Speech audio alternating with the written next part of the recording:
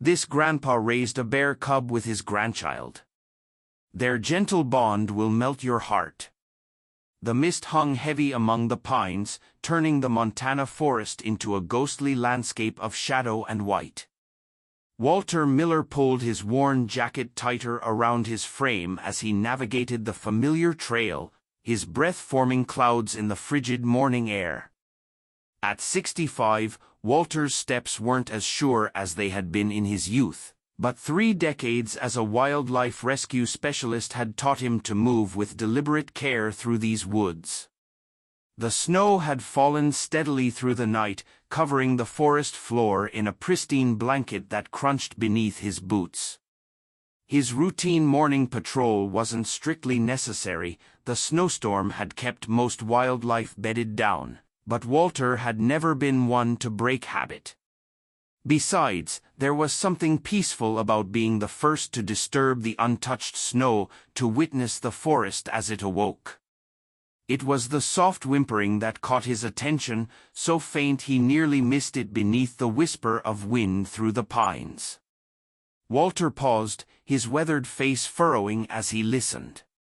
The sound came again, a plaintive, frightened cry that tugged at something deep in his chest.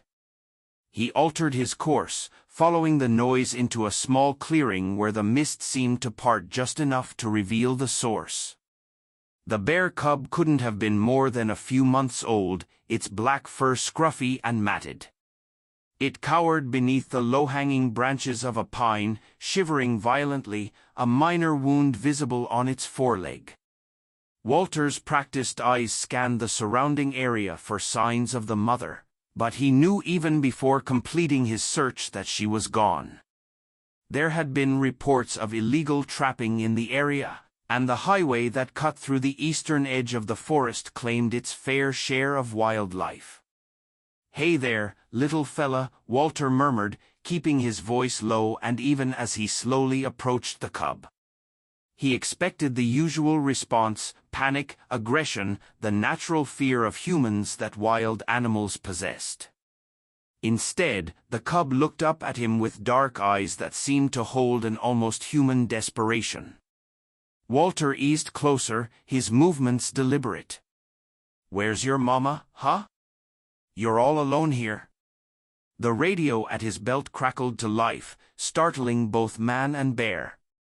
Walter quickly answered the call from headquarters, explaining his discovery. "Miller, we've got whiteout conditions moving in fast," came the crackling response. "Rescue team can't get through until at least tomorrow. You need to head back now or risk getting stranded yourself." Walter looked at the trembling cub, then back toward the direction of his cabin.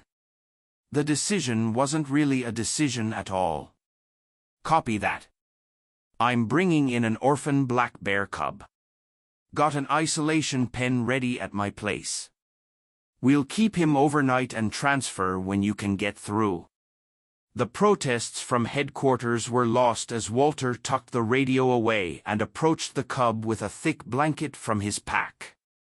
To his surprise, the moment he wrapped the blanket around the small bear, the creature didn't fight or struggle but instead pressed against him, burrowing its face into his coat as if seeking warmth and comfort. "Well now," Walter murmured, a small smile crinkling the corners of his eyes. "Aren't you the friendly one? Let's get you somewhere warm before the storm hits. I think I'll call you Duke." The trek back to his cabin took twice as long with the cub in his arms, but Walter hardly noticed the added weight or the steadily increasing snowfall. By the time the log cabin came into view, the snow was falling in thick curtains and both man and bear were dusted in white.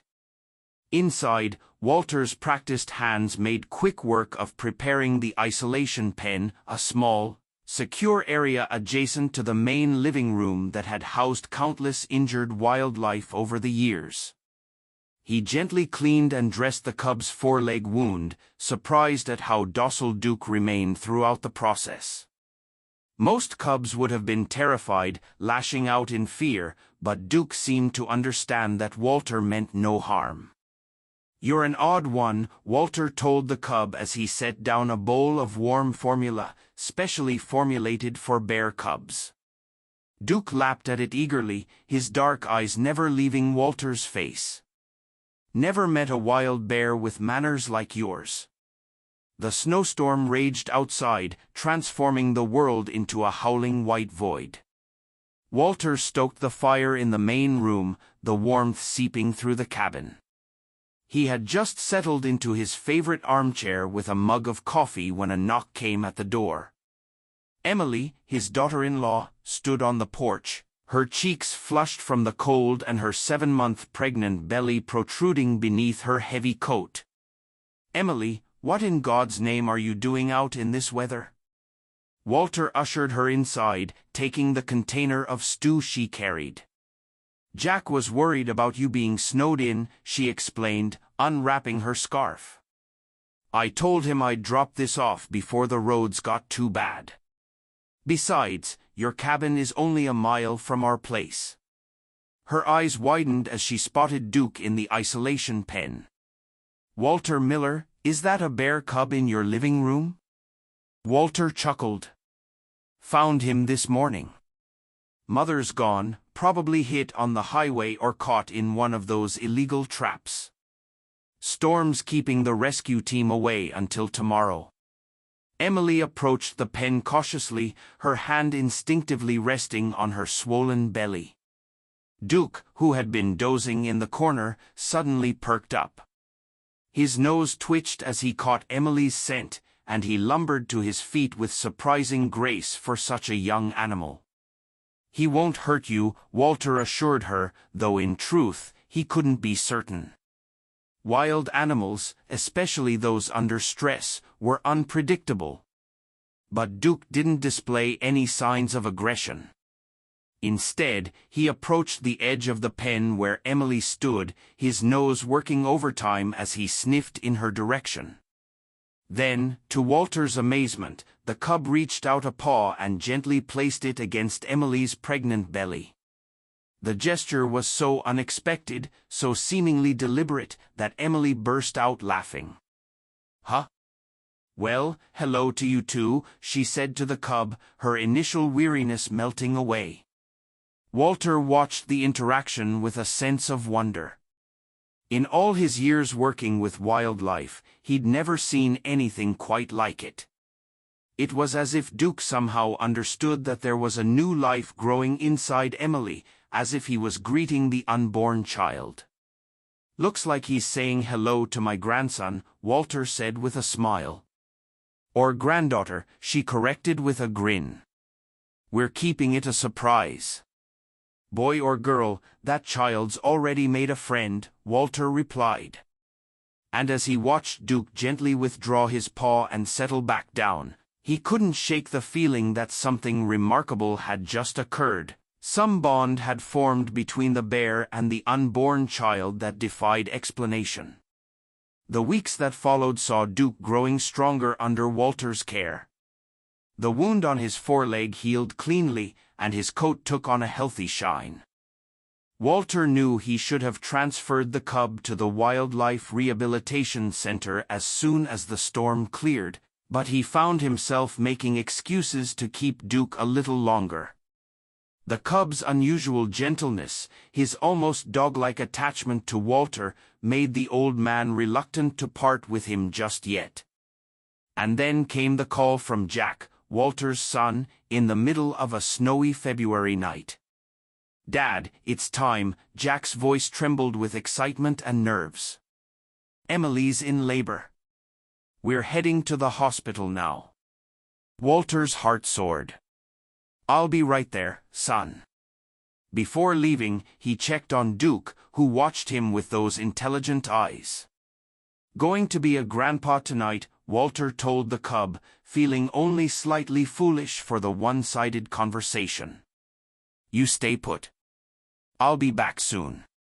Noah Alexander Miller came into the world at 3:47 a.m. on a cold February morning, a healthy 8 pounds. Baby boy with a shock of dark hair and his mother's green eyes.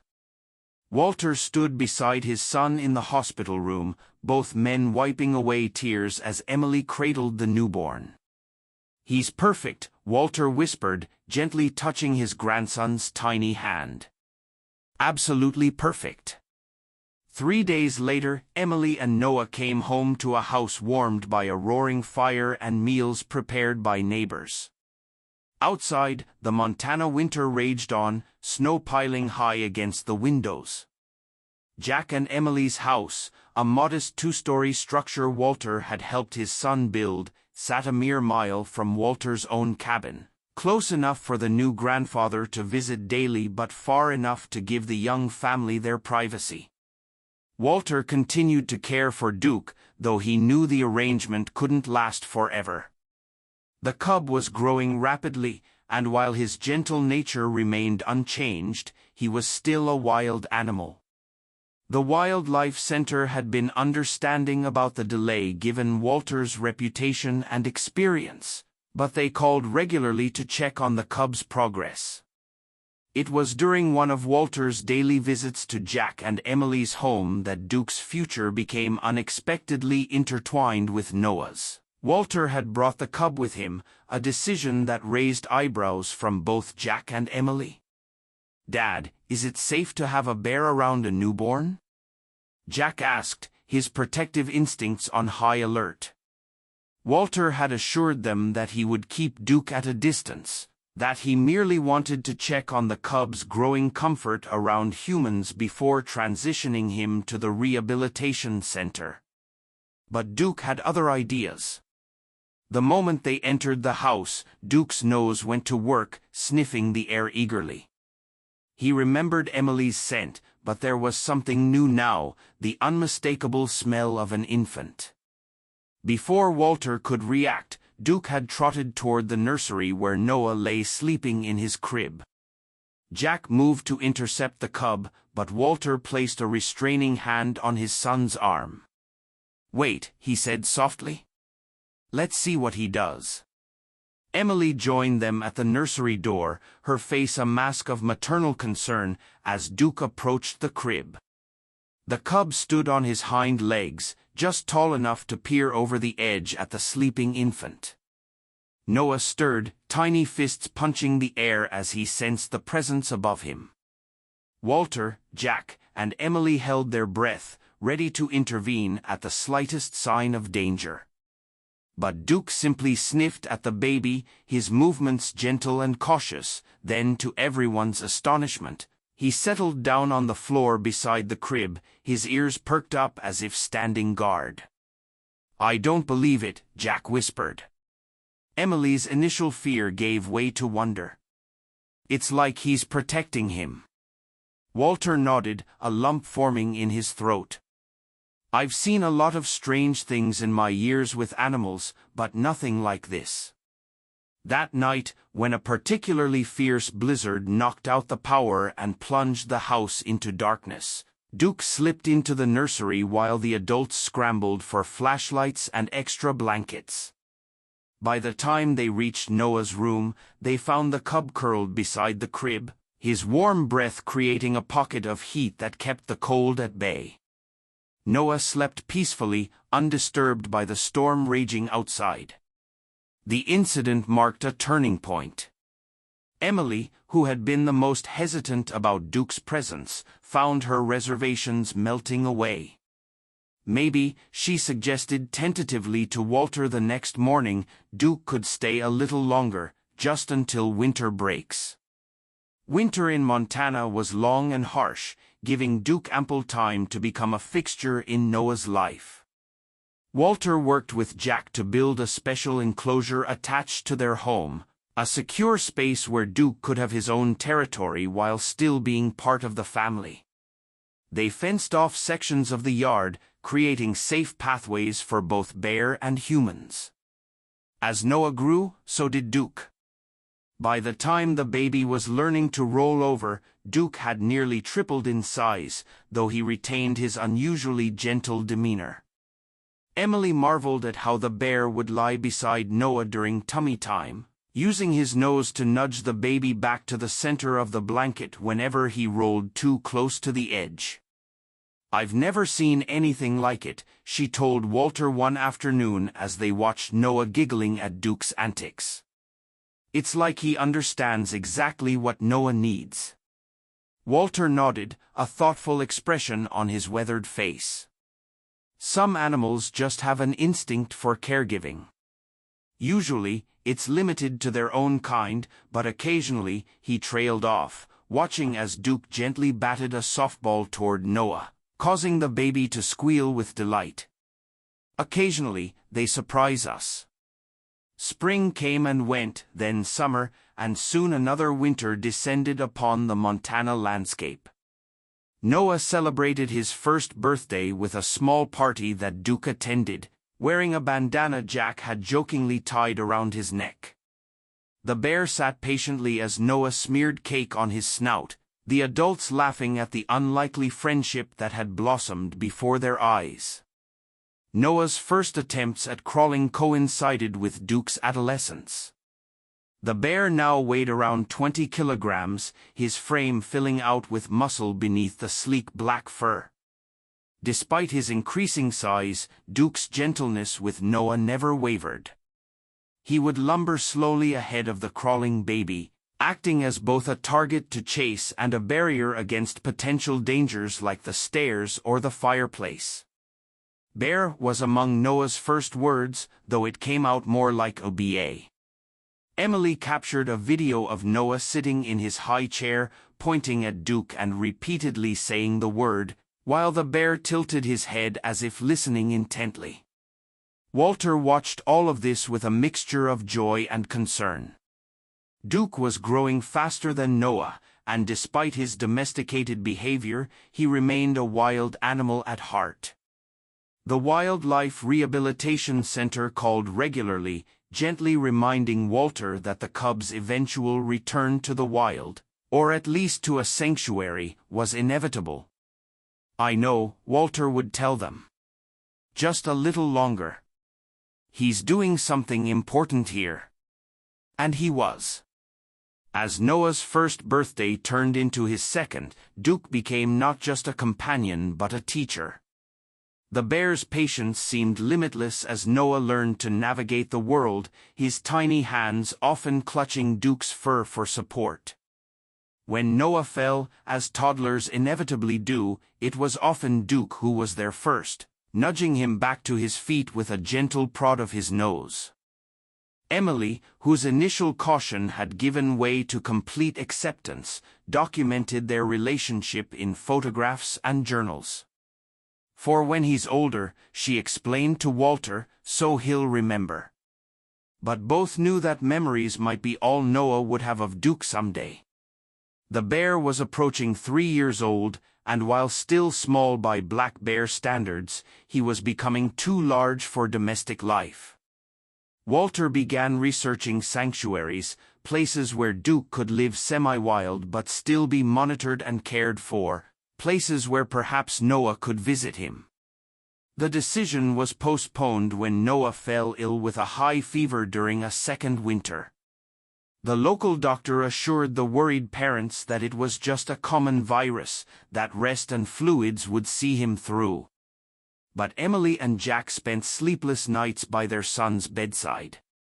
Duke, sensing something was wrong, refused to leave the hallway outside Noah's room, his massive frame blocking the doorway as if to ward off invisible threats.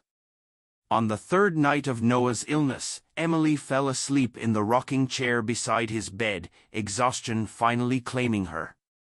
She awoke with a start some hours later to find the room empty, both Noah and Duke gone. Panic seized her as she rushed through the house, calling her son's name. She found them in the living room, Noah curled up against Duke's side on the rug before the fireplace. The bear's body heat had created a warm cocoon, and Noah slept peacefully, his fever-flushed cheeks finally showing signs of cooling. Duke looked up at Emily with those intelligent eyes, and she could have sworn he seemed proud of himself. By morning, Noah's fever had broken. The doctor, making a house call through the snow, pronounced him on the mend and raised an eyebrow at Duke's protective presence but made no comment. Jack found Emily later that day, tears streaming down her face as she watched Noah napping with Duke once again at his side. "What's wrong?" he asked, alarmed. She shook her head, wiping her eyes. "Nothing's wrong. It's just," she gestured toward the unlikely pair. "Duke saved him, Jack. Not just by keeping him warm last night, but by being here. Being his friend. I was so afraid when your dad first brought him home, and now I can't imagine our lives without him." Jack wrapped an arm around his wife's shoulders. "I know. But Dad's right, Duke's growing too big for the house. We always knew this day would come." Emily nodded, leaning into her husband's embrace. "I know. I just wish Noah was old enough to understand."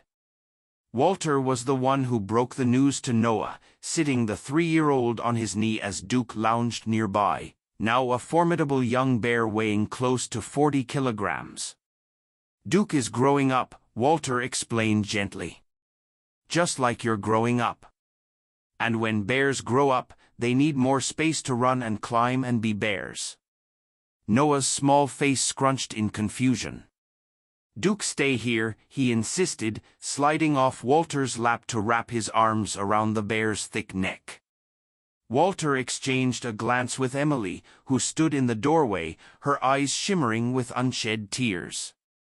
"Duke needs to go to a special place where bears live," Walter continued. "A place with trees and rivers and lots of room to explore."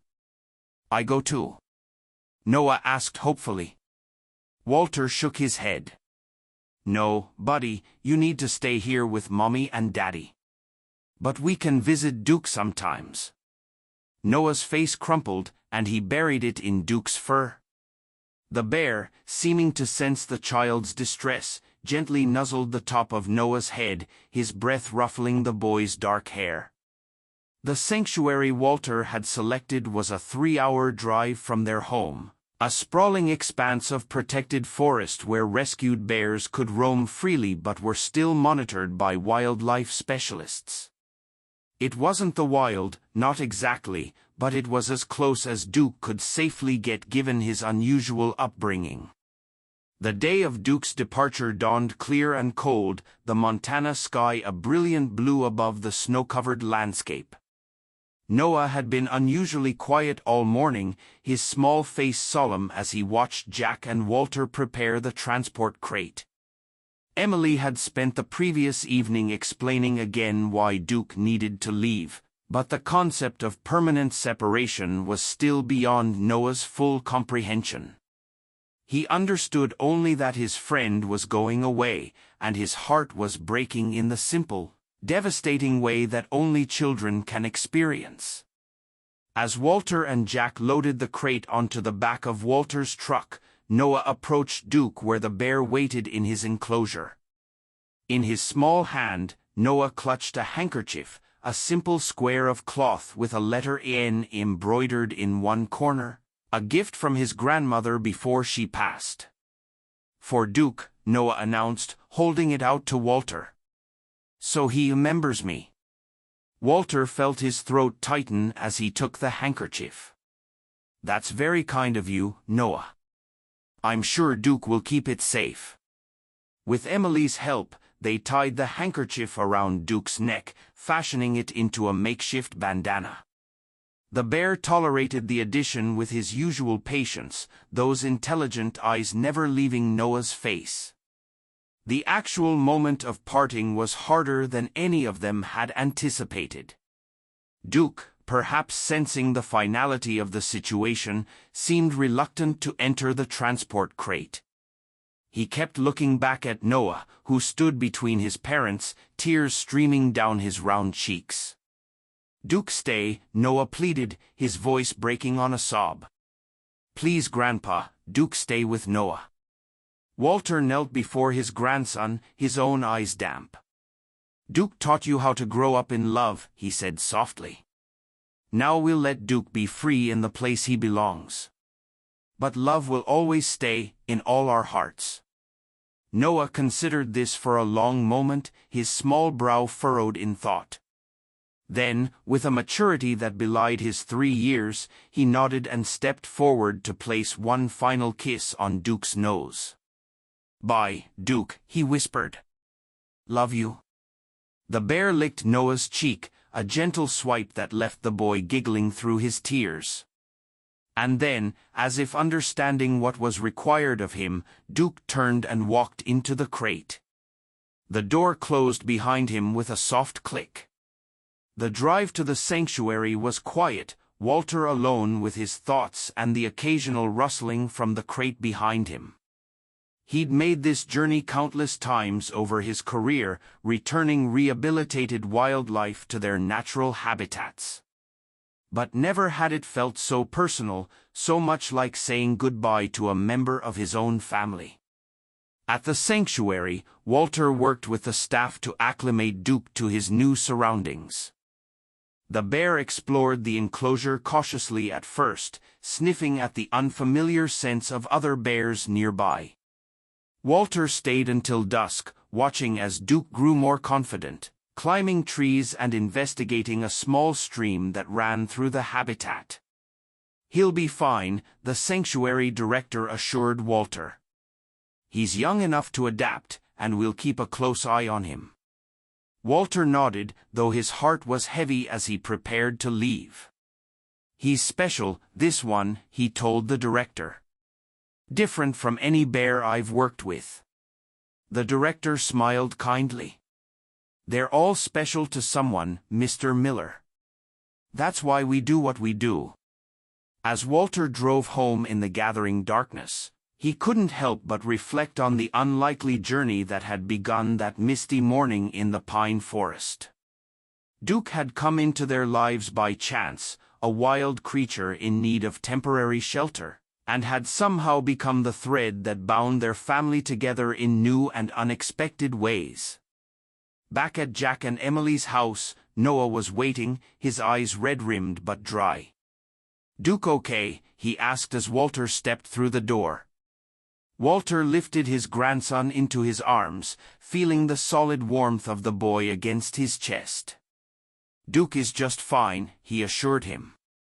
"He's got trees to climb and a stream to play in, and he's still wearing your handkerchief." Noah nodded solemnly. "Visit soon?" Walter exchanged a glance with Emily, who gave a small nod. "Yes," he promised. "We'll visit soon." Life settled into a new rhythm without Duke. Noah continued to grow, his vocabulary expanding daily, his personality blossoming. He spoke of Duke often, telling anyone who would listen about his bear friend who had taught him to walk and kept him warm when he was sick. Some looked at Emily and Jack skeptically when Noah told these tales, clearly assuming they were the product of a child's vivid imagination, but those who knew the family, who had witnessed the extraordinary bond between boy and bear, understood that Noah's stories, fantastic as they seemed, were rooted in truth. For months after Duke's relocation, Walter began taking Noah to visit the sanctuary. They would stand at the observation platform, Walter lifting Noah onto his shoulders for a better view as they scanned the trees for any sign of the black bear. Sometimes Duke would appear, lumbering out of the forest to the edge of the viewing area. He never came too close, a testament to his successful reintegration into a more natural life, but he would stand and watch, his nose working as he caught their scent on the breeze. "He remembers us," Noah would declare triumphantly, waving his small hand frantically. "Hi, Duke." And perhaps he did remember. The sanctuary staff reported that Duke seemed to respond to the name, perking up when they called him during feeding times. He interacted well with the other bears but maintained an unusual comfort around the human caretakers, allowing them to check his health with minimal stress. "The handkerchief is still there," one staff member told Walter during a visit. "Faded now, and it won't last forever, but he hasn't tried to remove it. It's like he knows it's important. Noah's 4th birthday came and went, then his 5th. He started kindergarten, making new friends and experiencing the world beyond his family's protective circle, but his connection to Duke remained strong, nurtured by regular visits to the sanctuary and the stories Walter told him about their time together. "Tell about when Duke helped me walk," Noah would request at bedtime, snuggled beneath his covers. Walter would settle into the chair beside the bed, his voice taking on the rhythmic cadence of a storyteller. "You were just a little thing," he would begin, "not much bigger than a bear cub yourself. Your legs were wobbly like a newborn deer's, but you were determined to stand up and go. Duke would walk in front of you, so slow and careful, and you'd hold on to his fur with your tiny hands." Noah would drift off to sleep with these images in his mind, the memories Walter helped keep alive becoming part of the fabric of his identity, the boy who had been friends with a bear. It was during the winter of Noah's 5th year that Walter suggested a special visit to the sanctuary. A full year had passed since their last trip, a combination of Noah's school schedule and a particularly harsh winter keeping them away longer than usual. "Do you think Duke will still remember me?" Noah asked as they drove through the snow-covered landscape, his breath fogging the window as he pressed his face against the glass. Walter glanced at his grandson, noting how much he had grown, a sturdy 5-year-old now, with Emily's green eyes and Jack's thoughtful expression. "I believe he will," Walter said. "Some bonds don't break, no matter how much time passes." The sanctuary was quiet that day, few visitors braving the cold. Walter and Noah made their way to the observation deck, now familiar territory for both of them. Noah no longer needed to be lifted onto Walter's shoulders, he was tall enough to see over the railing on his own, though Walter kept a steadying hand on his back. "Duke," Noah called, his voice carrying through the still winter air. "Duke, it's Noah." For several long minutes, there was no response. The forest remained silent, the only movement the occasional fall of snow from overloaded branches. Noah's face began to fall, disappointment clouding his eyes. "Maybe he's sleeping," Walter suggested gently. "Bears often rest during the day, especially in winter." Noah nodded, but his shoulders slumped beneath his thick coat. "Can we wait a little longer, please, Grandpa?" How could Walter refuse? They settled onto a bench, Walter wrapping an arm around Noah to share warmth as they watched the tree lean. Noah chatted about school and friends, about the model airplane Jack was helping him build, about the baby sister Emily was expecting in the spring. And then, just as Walter was about to suggest they return to the warmth of the visitor center, Noah gasped, his hand tightening on Walter's arm. "Look, Grandpa, look." At the edge of the clearing, a large black bear had emerged from the trees. Even from a distance, Walter recognized Duke immediately, bigger now, fully grown, but with the same deliberate movement, the same intelligent eyes.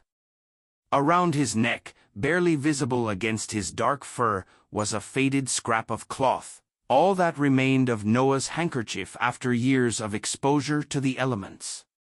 "Duke," Noah called again, his voice cracking with excitement. "It's me. It's Noah."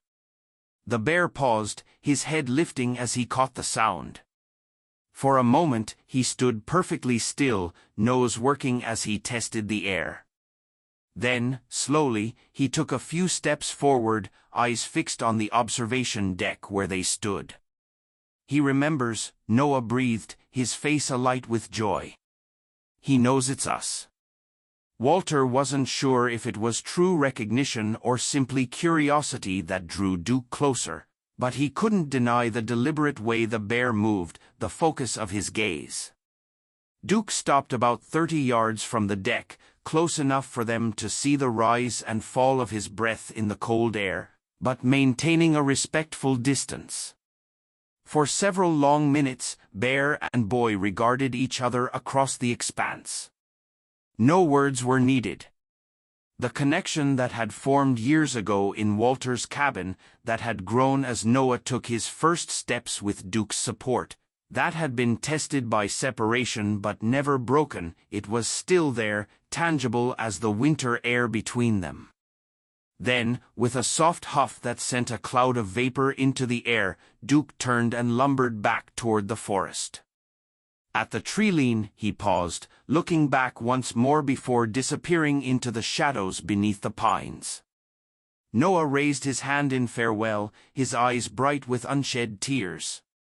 "Bye, Duke," he whispered. "I love you."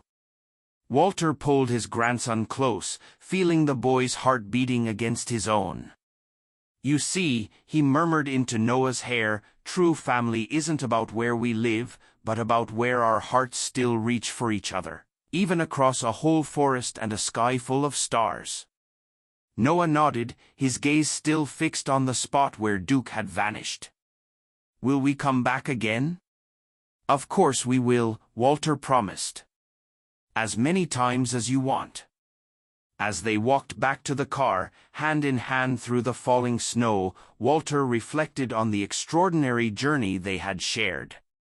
Duke had come into their lives when they needed him most, had taught Noah about love and courage, had shown Emily and Jack the power of trust, had given Walter himself a new purpose in his later years.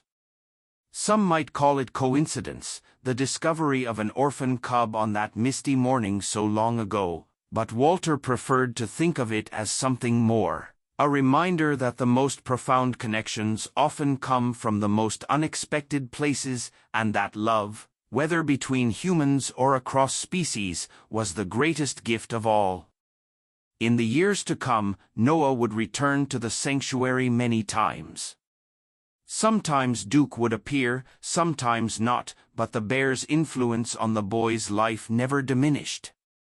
Noah grew up with a profound respect for wildlife, an understanding of the delicate balance between humans and nature, and a heart open to the kind of unconditional love Duke had shown him.